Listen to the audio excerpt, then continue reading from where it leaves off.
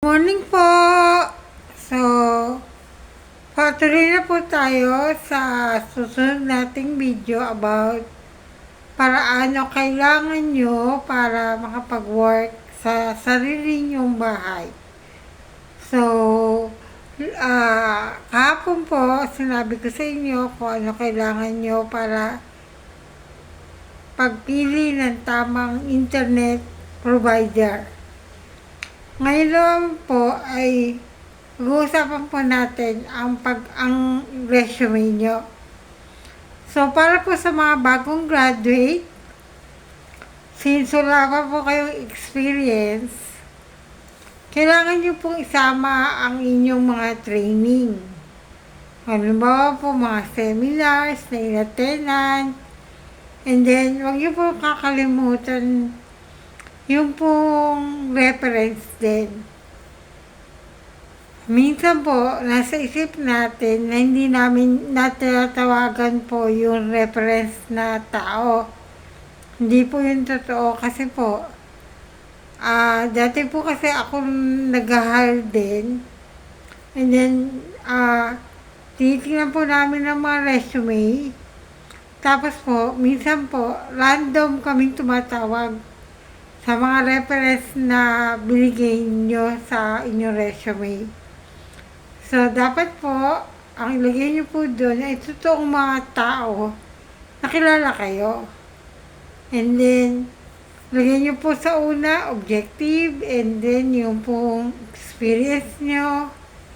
Kung wala pa po kayong experience, yung mga training, seminars, workshop, na-attend nyo, tapos po kung meron kayong awards, lagay nyo rin po doon.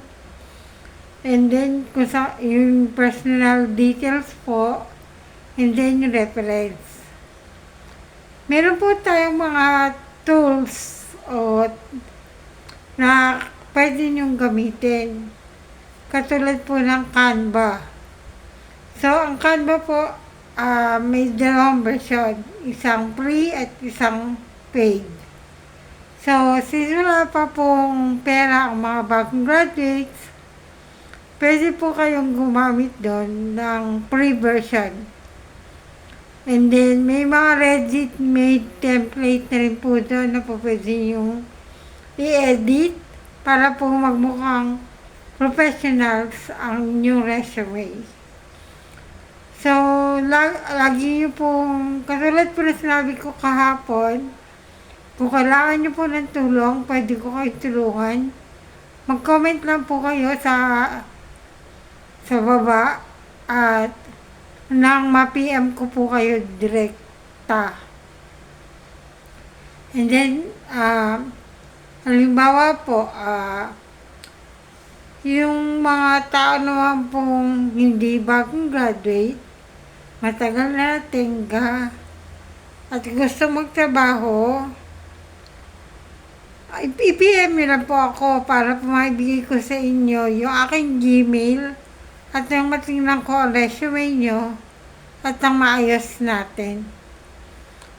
So, abangan nyo po yung susunod kong video kung saan i-share ko sa inyo ang klase ng kliyente, anong kliyente dapat hanapin, saan makakahanap ng kliyente, at magkano ang kita sa pagtatrabaho sa sarili nyong bahay. Salamat po and bye-bye and have a great day and take care everyone. Bye-bye!